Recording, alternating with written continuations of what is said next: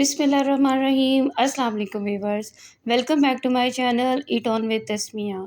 जैसे कि ईद आने वाली है और इस ईद पे तो गोश्त की भरमार हो जाती है और समझ नहीं आ रहा होता कि गोश्त को किस तरीके से बनाया जाए।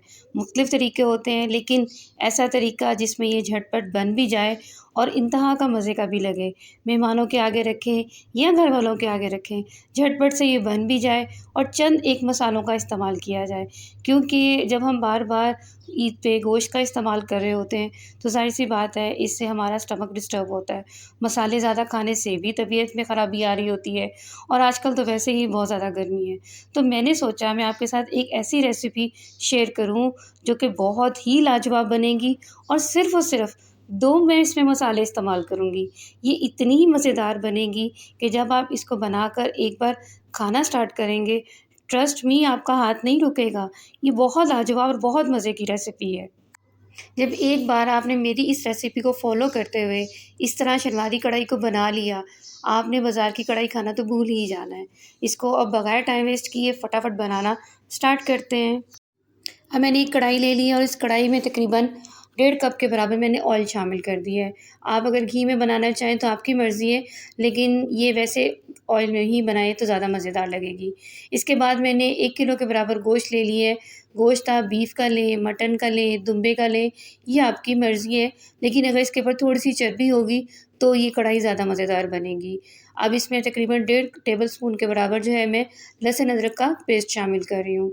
अब इस गोश्त को ऑयल के साथ और लहसुन अदरक के पेस्ट के साथ अच्छे से इसको फ्राई करेंगे। इसकी इतनी भुनाई गोश्त की करेंगे कि गोश्त का जो पानी है वो ये रिलीज़ कर दे और रिलीज़ करने के बाद ये ऑयल छोड़ दे और इसमें जो गोश्त की अपनी स्मेल होती है वो ख़त्म हो जाए। क्योंकि हमने इसमें बहुत ज़्यादा चीज़ों का इस्तेमाल तो करना नहीं है।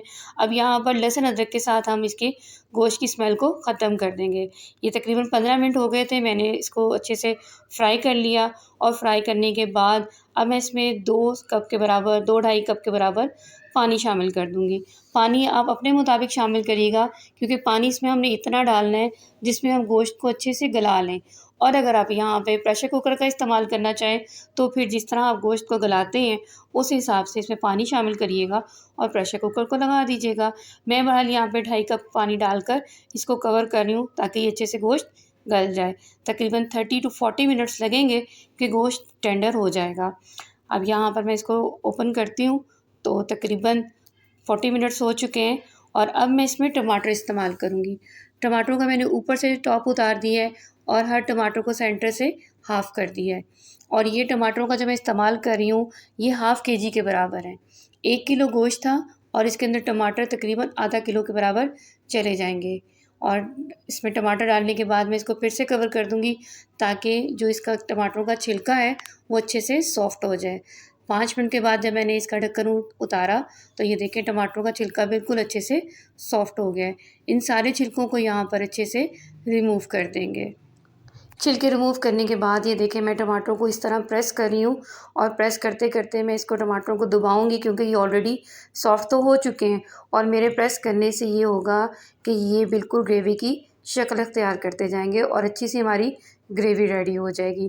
तकरीबन 5 से 10 मिनट मैंने इनको इस तरह मिक्स किया था और ये देखें बिल्कुल अच्छे से उसके अंदर मिक्स हो के घुलना शुरू हो गए हैं। अब मैं यहाँ पर पहला मसाला इस्तेमाल कर रही हूँ जो कि है नमक।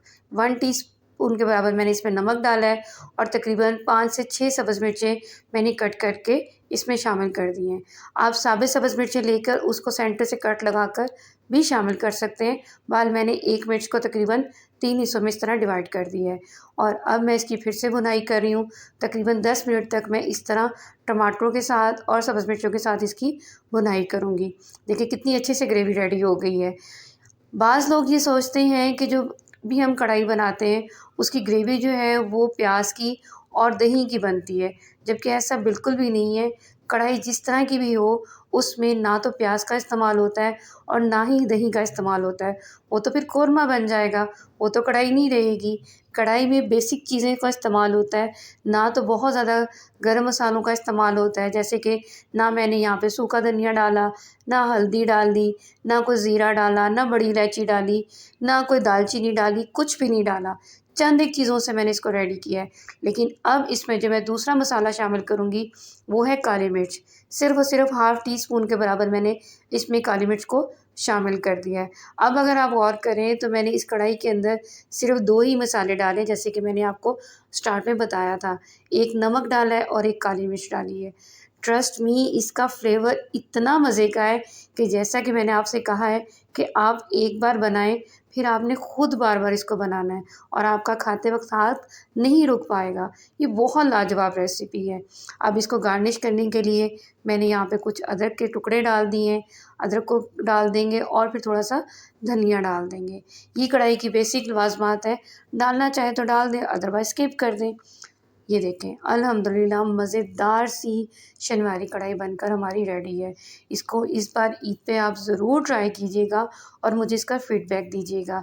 ये ज़्यादा देर आपको किचन में खड़ा भी नहीं होना पड़ेगा और लाजवाब रेसिपी बनेगी। आप देखिएगा कि आपने बस बनाया और आप खुश हो जाएँगे। इसका फ़ीडबैक दीजिएगा, मैं आपके एक अच्छे से कमेंट का वेट करूँगी। Thank you so much for your watching. अल्लाह हाफ़िज़।